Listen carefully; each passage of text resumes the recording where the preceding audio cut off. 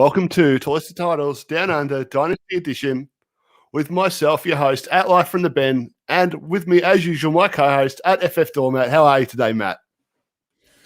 Mate, I'm doing wonderfully well. As always, it's good to be podcasting with you again. It's been a bit of a nice little break we've had, but season's getting closer, so time to roll up the sleeves and start cranking out some content. Yeah, mate. Yourself, How you been? Back to the salt mines. Been really well. Just we've both been flat out with work at the moment, and things just haven't aligned. But we'll make sure to make a better effort going forward. Most of that's been on me, just flat out like a lizard drinking. I'm all right. Victoria's gone into lockdown again, same as New South Wales. Because of New South Wales, I plan to blame firmly on you New South Walesians. Hopefully, it's only meant to be 5 days. Hopefully, it lifts after 5 days and things are back to normal. But hopefully, we this hard lockdown just smashes it out and the virus gets to the level that it needs to get to for all of us to be out and about again. Yeah. Yeah, I think it's not too bad in Melbourne, right? The numbers in Sydney are a bit haywire, so I think it's going to be, probably a couple of months for us. But this is the first sort of real lockdown we've had. We've been pretty fortunate. I can't complain too much. So, mate, stay home and get these startup leagues going. That's pretty much what's happening, right?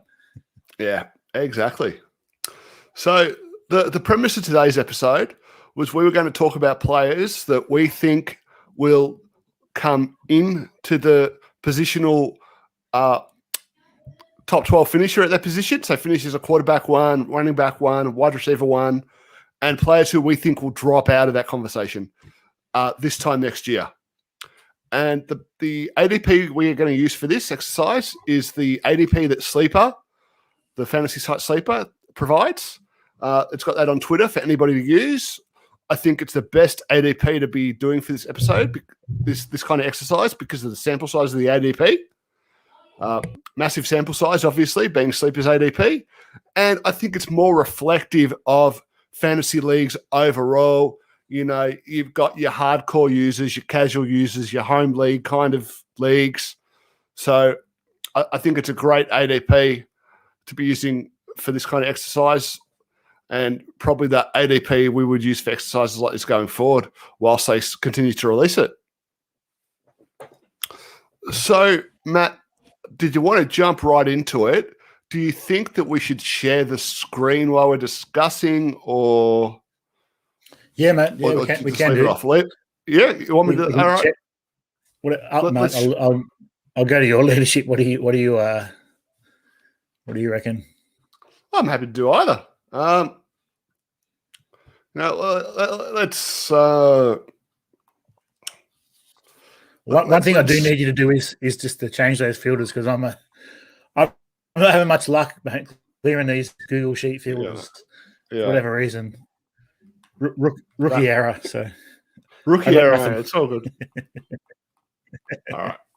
I'll filter on the quarterbacks. So we'll start with the quarterbacks, and let's make this conversational for the viewers by sharing the sheet. Share screen. Can you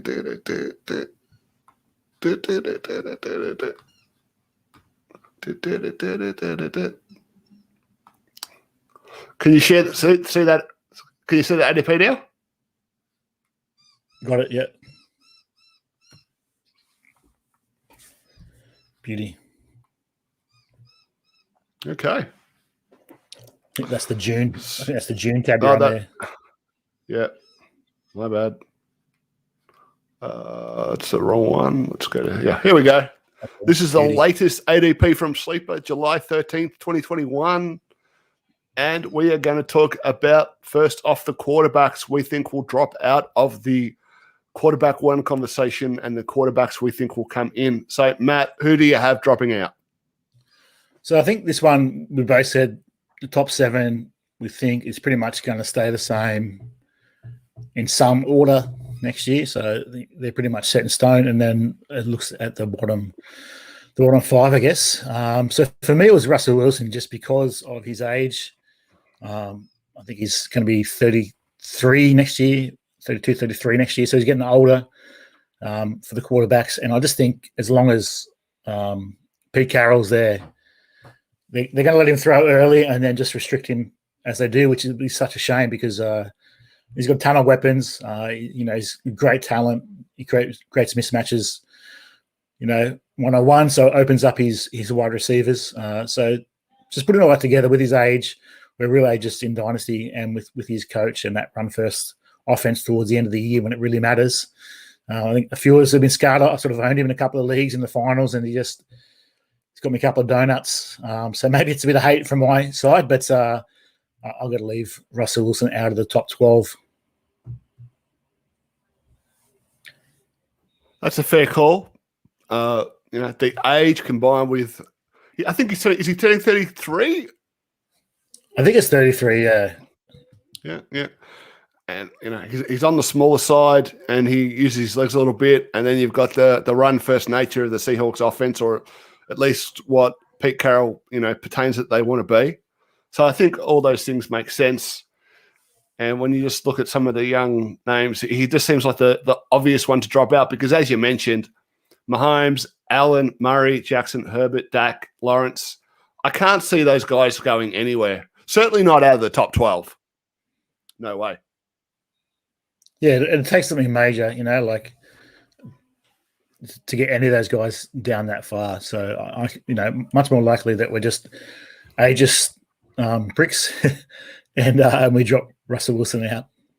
Yeah. So the quarterback I have coming out is Jalen Hurts. I just don't think Hurts is that good. And the Philadelphia Eagles, they've got the capital going into next year's draft to replace him if they want to. You're already hearing about Deshaun Watson rumors from Adam Schefter. And maybe this will come back to bite me. Maybe he'll be elevated like Lamar Jackson, but I just can't see it. And it feels a bit like cheating because at quarterback 12, he's right on the cusp. But I got to pick somebody. You pick Wilson, and it's there's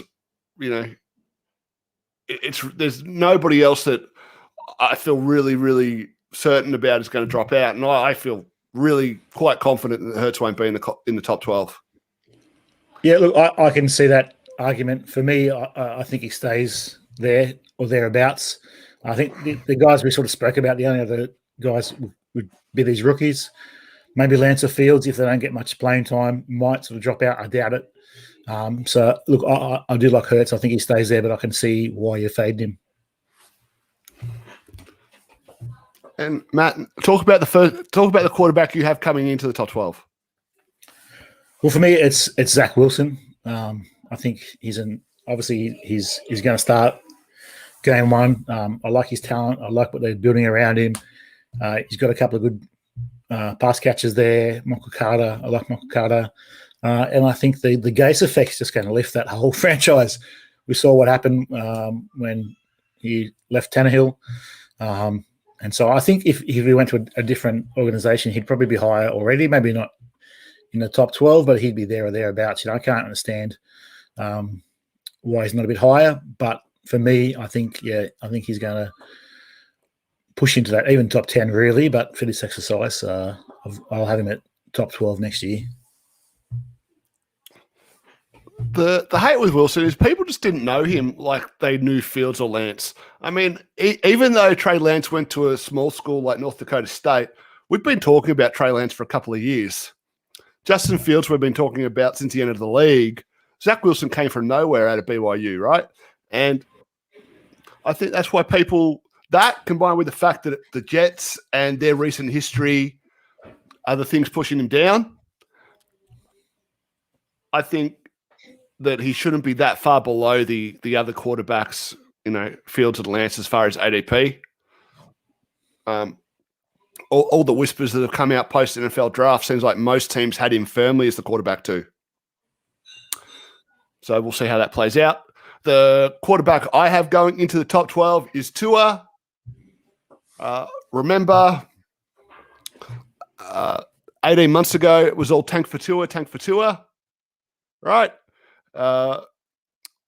And now people are writing him off. They don't think that he's any good. He's small. He hasn't got a special arm, and blah blah blah. I think the problem for Tua last year was all his players on that team, with the exception of Gesicki, all the wide receivers are like jump ball players, contested catch players. He didn't have anybody who could get open at all. And now he's got two guys who are great at creating separation in Jalen Waddle and Will Fuller. So I think that's going to make a world of difference for him. The offensive line will be a lot better.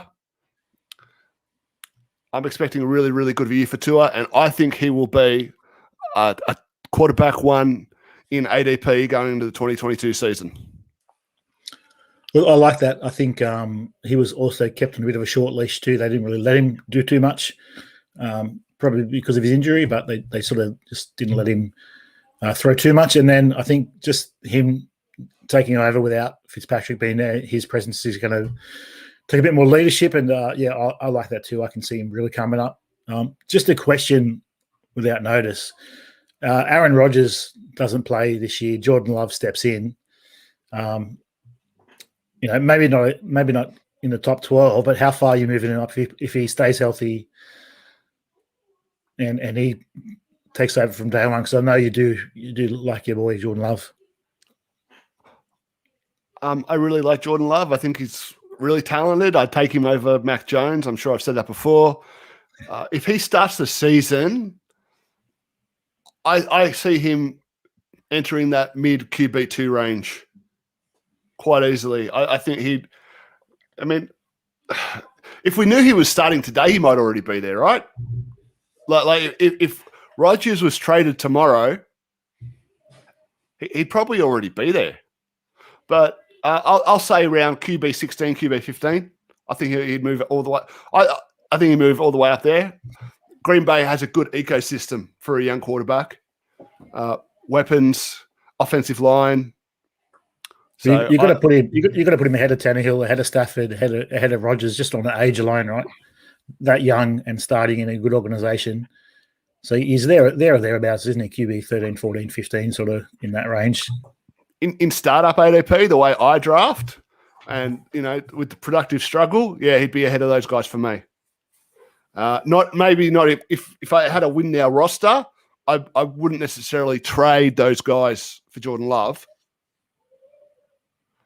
But if you're talking startup ADP, and that's this exercise, right?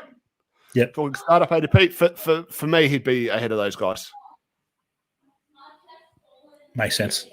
Yeah. All right. So quarterback's done. Let's move on to the wide running backs. And again, I feel like I've gone a little bit cheap here, but you took the other guy I wanted. So, all right, it is what it is. You go, mate. Take us through it. Well, if I wasn't taking him, I was taking your guy too. Look, Derrick Henry, I think he's already reasonably cheap. I picked him up for a single 23rd first, just because of his age. I was on a contending team. I thought my first was going to be pretty late. So I'm pretty happy with that. I just think with his age, who knows if they start throwing the ball a little bit more. He's the obvious one there out of that sort of top 12. I think the rest are pretty much close enough. Maybe DeAndre Swift, depending on sort of what ball share he gets. But just we are so ageist in Dynasty with running backs. We've seen so many of them just hit that wall. We've been talking about it with Derrick Henry, and he keeps proving us wrong, right? Maybe he's Adrian Peterson light or something, but he might just play into his 50s. But yeah, for mine, it's Henry. And as the people who are watching the screen can see, and right now we've got a total of 0, it's Ezekiel Elliott I've got. And again, feels a bit cheap. He's RB12 in the ADP, going at 27.9 in a Superflex.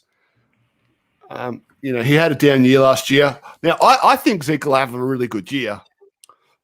But because of the age and how ageist Dynasty owners are, even if he has a big year, and I'm talking,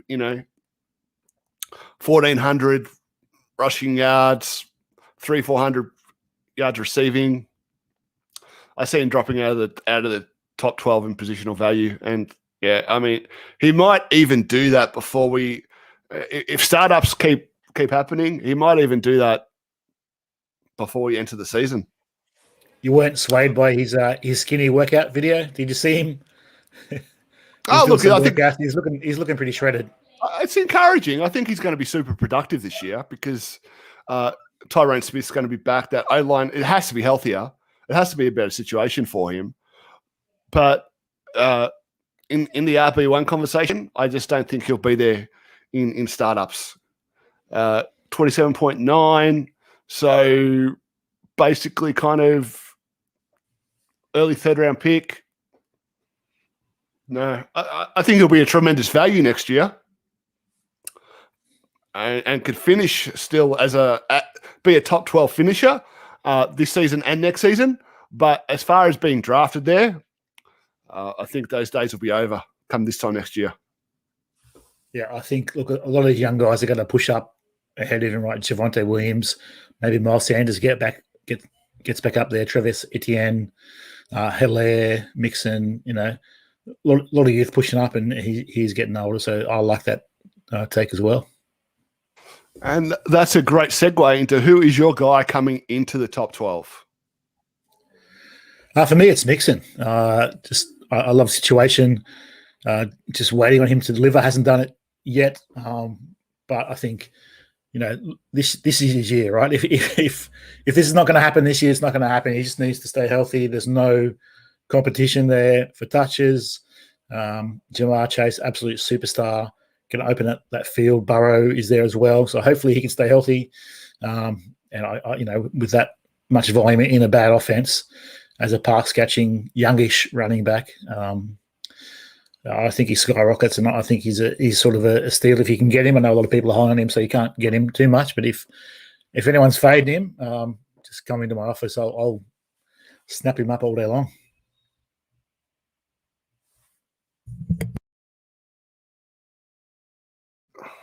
That's a good one. I really like that one, Mixon. I really like Joe Mixon to enter that conversation. I think he's definitely going to get the workload. So good pick. The guy I have coming in is Clyde Edwards-Helaire. I think the problem with Helaire is all the hype he was getting last off season, and he's left people wanting. He disappointed, and that's seeing his ADP pushed down early or towards the back end of round 3, 33 overall. So that's what, the 3.09, 3.08, 3.09, somewhere around there. So the back of the third round. And I think he's a screaming value. I can't see anyone there now who is going to take touches away from him.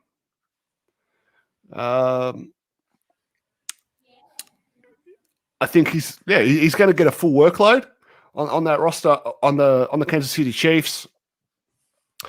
And if he had ended the year how he started, so if he had struggled at the start of the year like he did at the end of the year, and then performed at the end of the year like he did at the start of the year, I think he'd already be back in the he'd still be in the top 12 because he was in the top 12 at the start of last season. So he would have stuck in there, and I wouldn't be able to pick him for this exercise. Well, I think he was injured too, right? He did have a bit of an injury. He still finished as the PPR RB19, so people hating on him a lot, but he really didn't have that bad of a year. And if he takes a step, you can easily see him jumping right up again. Yeah, I agree with that wholeheartedly. I think he can get right up into that mid RB1. RB7, RB6. That's where I'm expecting him to be come the end of this season. I think he's going to finish strongly, firmly as an RB1. Not on the cusp, not RB12 or 11 or 10, but right there, RB7 to RB5 range. Nice. So just want to let the people know Today's episode is brought to you by Primetime Sports Talk, your top source for all major sports content, including DFS, fantasy advice, and great gambling tips. Be sure to head to primetimesportstalk.com, check out their in-depth analysis, articles, fascinating interviews, and explore the rest of their amazing podcast family. Again, primetimesportstalk.com, your go-to spot for sports content. And we've been getting lots of, what's the word I'm looking for, Matt? Activity around our Frankenstein League on Twitter. Justin had what did Justin have going on Twitter for the Frankenstein League, Matt? Mate, what didn't he have going on? He had polls, he had bingo, rock, paper, scissors. He drew straws out of a hat. He did it all, that man. He's really grinding. Talk about people grinding. That's Justin with his Frankenstein giveaway. He was all the bells and whistles. All the bells and whistles. Yeah, it was all over the Twitter sphere, Frankenstein. So there's about 10 spots left, and the easiest way to join would be to get into Frankenstein would be to become a Patreon of Toilets and Titles, and the tier 1 is $3 per month, and that gets you in the Toilets and Titles group chat. Tier 2 is $5 per month. That gets you early access to our waiver wire episodes, guaranteed entry into our Frankenstein list in the league and in the T group chat. And then $10 per month gets you one-on-one roster analysis, free entry into the Frankenstein list in the league, T2T team group chat, and early access waiver wire episodes. And you could join tier 3, pay $10, get into Frankenstein for free, and then change to a lower tier. I mean, maybe I shouldn't be promoting that, Matt, but I mean, it seems like a great way to exploit the system and get into a $25 league for $10. Man, we're here for the people. We're not about ourselves. We're here for the people. So smart. I like it. Yeah. Anyway, let's move on to the wide receiver discussion.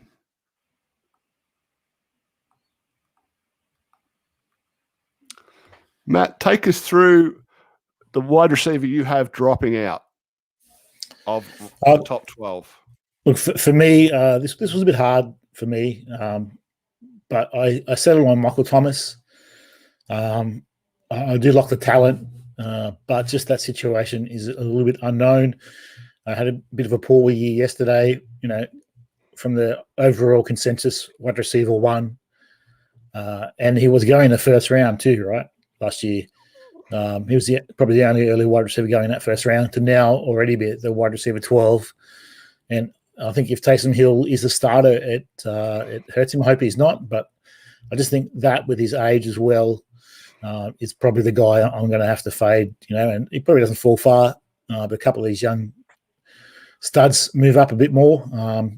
You can see him falling 1 or 2 spots to go into that 13, 14 range. So, yeah, I've grabbed the low-hanging fruit there, but I'll take Slant Boy, Michael Thomas. That's a great pick. I mean, he could have a really great season, still finish as a wide receiver 1, and because of his age, still see his ADP dropping. Yeah, you can see that happening. So, yeah, definitely happening. And so, segue into that, I've selected DeAndre Hopkins.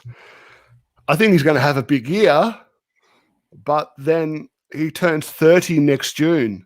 And we know what seeing 3-0 next to a player's name means for their dynasty ADP, Matt.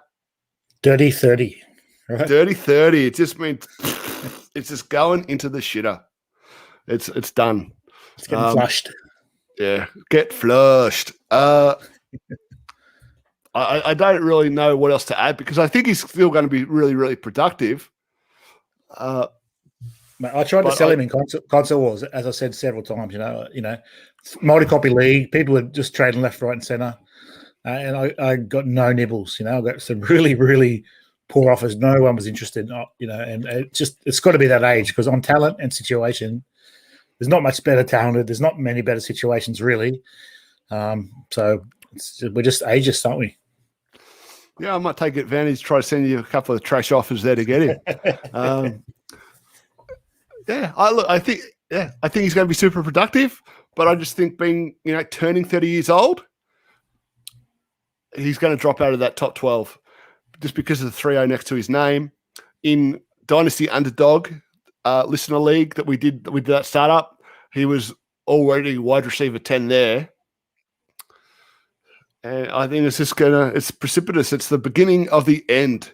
He's going to be one of those players who's you'll never get.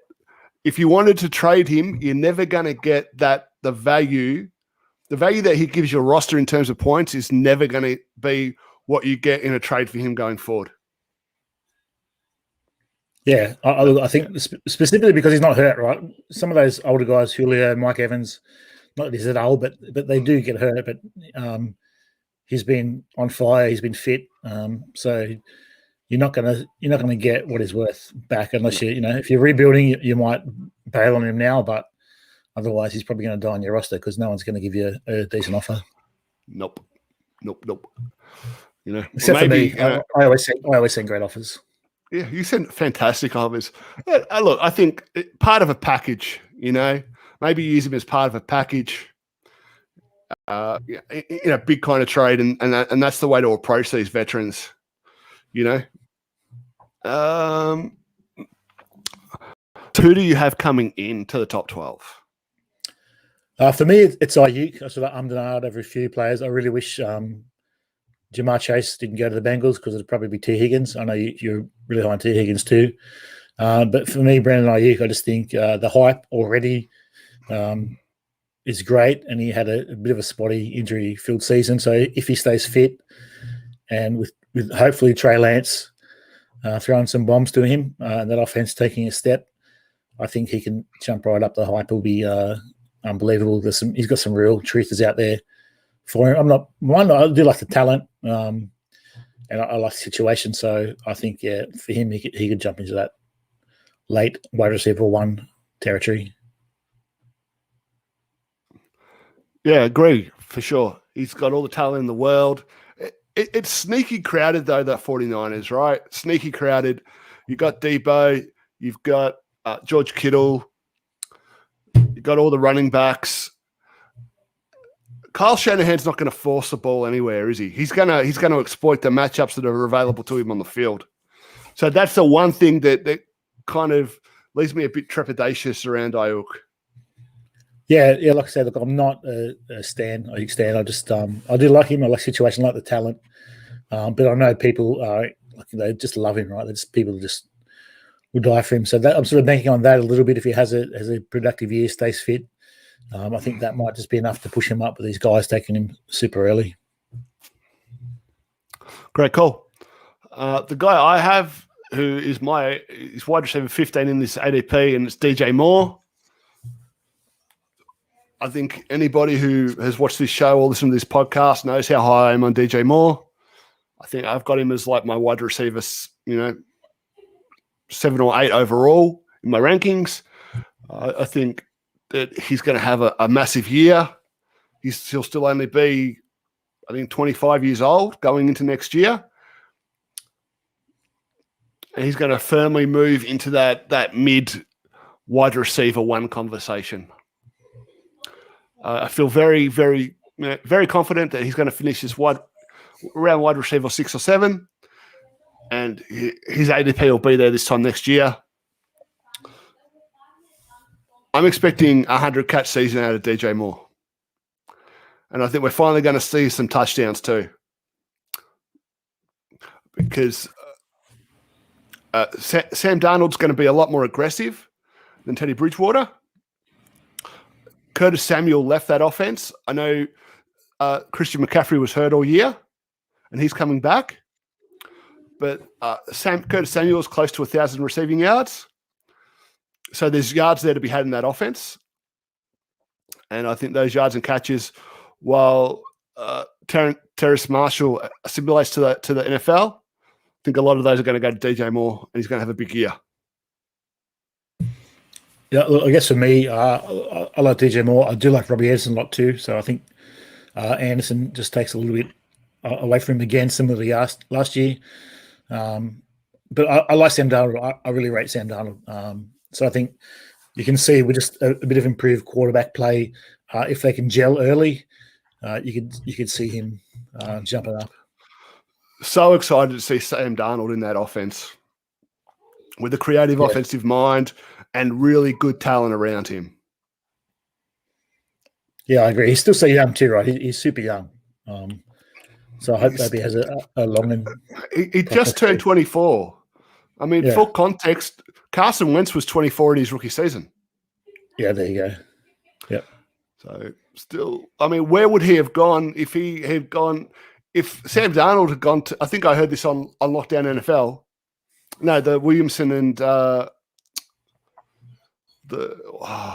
what's the name of the show? Is it Williamson and Peacock? Is it the? Yeah, Williamson and Peacock that on Lockdown NFL, they talked about, if Sam Darnold had gone to North Dakota State and had come out as a 24-year-old quarterback, this year, where would he have gone in the draft? Yeah. Anyway, interesting to think about. And I know you've already mentioned him, but I think my guy T. Higgins is a sneaky chance to get into that top 12, even with Jamar Chase. I can't remember the last time we saw teammates in the top 12 for wide receivers. I can't actually think if it's happened. I don't know when. Maybe the Steelers with Big Ben. I'm not sure, but that's sort of the only thing that pops to mind. Yeah, probably when Antonio Brown was still performing really well, and before he went crazy, and Juju had all the hype, was probably back then when we had teammates in the top 12. But Higgins and Chase, I think there's going to be enough yards for everybody in that offense because I think Burrow's just going to throw the ball so much. Yeah, they're going to be bad, right? They're going to be trying to play catch up football, bit of garbage time football, and I like Higgins. I think he's a stud. So yeah, you can see, and he's not moving up 10 or 20 spots, right? We're going to talk about half a dozen spots to get him into that top 12. So you can see it happening. Yeah, for sure. How many yards is Burrow going to throw for? They're going to be down a lot, so I think, with 17 games, he could throw for 5,000 yards. Yep, you can see it. All right. Now on to the next position, but just before I do that, got to get some more of the what do we call this stuff? A bit more of the pictures out of the way. So look, you can find us on Twitter at FDoormat, at Life from the Ben, at Toys to Titles, and you can listen to us on Apple Podcasts, YouTube, Podbean, Facebook, Toys to Titles When a Family Breaks, and Spotify. Please hit the like and subscribe button. And we've still got the Traderlands mini helmet giveaway. Donate a minimum of $2 to the Tim Tebow Foundation. Subscribe to our YouTube channel and email a screenshot of your donation and subscription to Toys to Titles at gmail.com. And now on to the tight end position.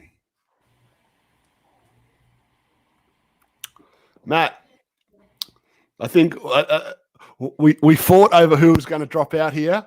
And in the end, we just said, we didn't want to go top 12, right? Because who cares about tight end 10 or 11, or 13? Like they're all the same, aren't they? Really, you got half a dozen guys and a couple of dart throws, 7 and 8, but those 10, 11, 12, that's just too easy. So we went top 6 just to change it up a bit, and that sort of made it a little bit harder.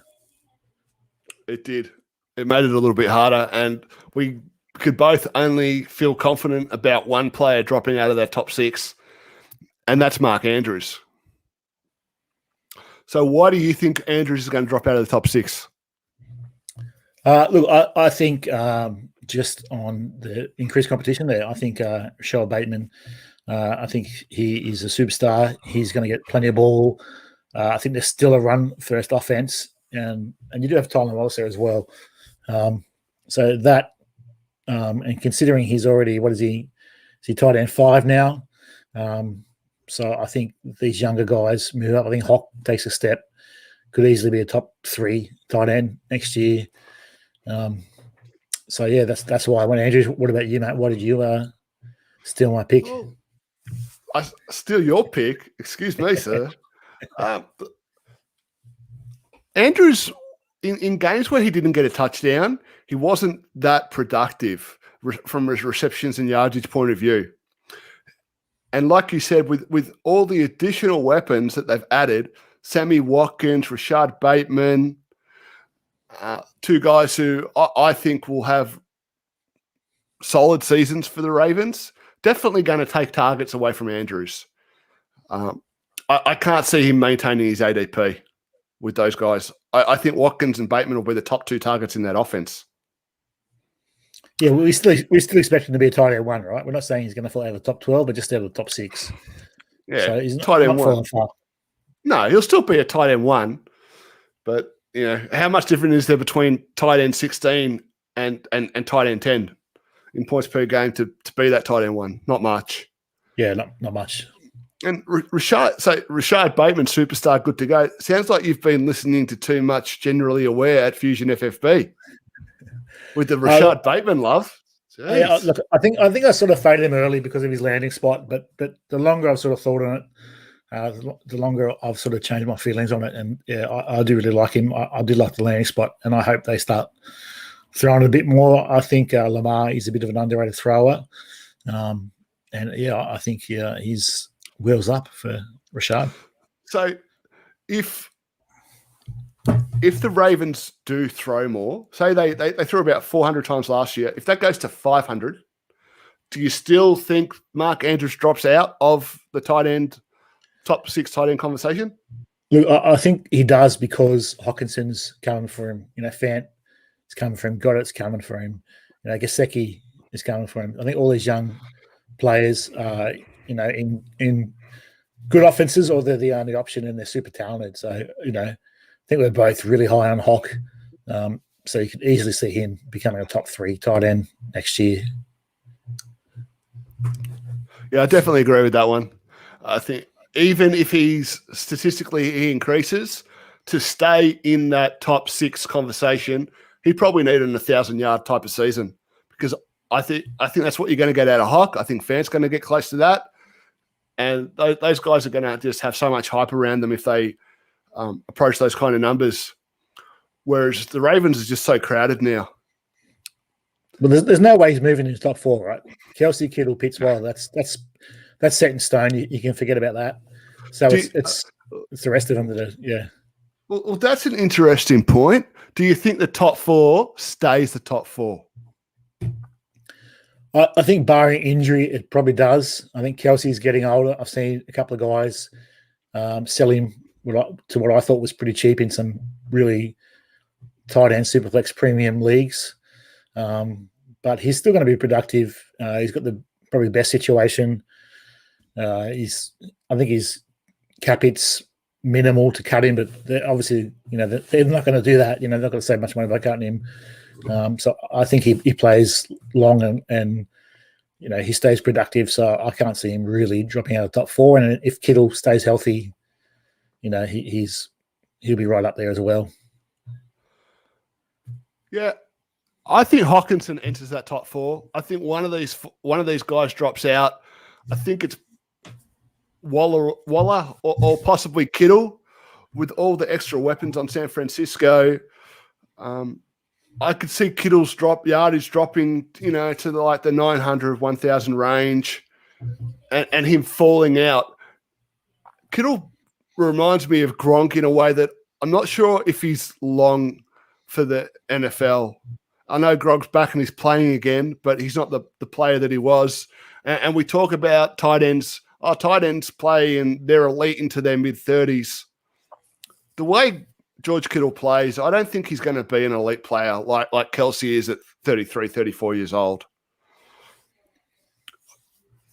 Yeah, he's been pretty badly banged up.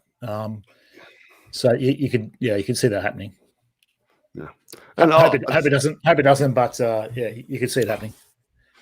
I'll plant my flag and I'll say Hawk gets into that elite tier, but I don't want to guess who's going to drop out. It's too hard. I know that's a bit. I'm hedging my bets there, but I think it'll be Waller or Kittle. Kittle's got to stay healthy. If he doesn't stay healthy next season, he's going to lose a ton of value.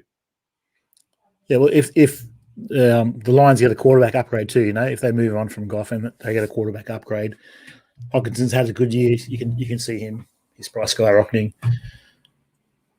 Who else is going to get the ball on Detroit? Who are they throwing to? Quintez Cephas, maybe. Maybe. I could see Hook getting 8 or 9 targets a game there. Really balling out. Yeah, he's gonna bail Goff out a lot. I think he's gonna catch a ton of balls. Yeah, so that was all for our Dynasty In and Out. Was there anything else that you wanted to discuss today, Matt? Look, not really. I did have a bit of a listen to I think Overtime Island on Rotoviz was talking about the Cowboys wide receivers and how everyone is so high on the Steelers wide receivers, but not so much in the Cowboys wide receivers. So I've sort of been moving them up in my ranks, particularly Gallup. I've been moving him up a little bit. So yeah, that's sort of a little bit of fantasy advice that I've found quite helpful. What about yourself, mate? Have you anything else you want to discuss? No, I've just been preparing for this upcoming Devy draft I have that kicks off tomorrow. So it's a Devy startup with a superheroes villains theme league.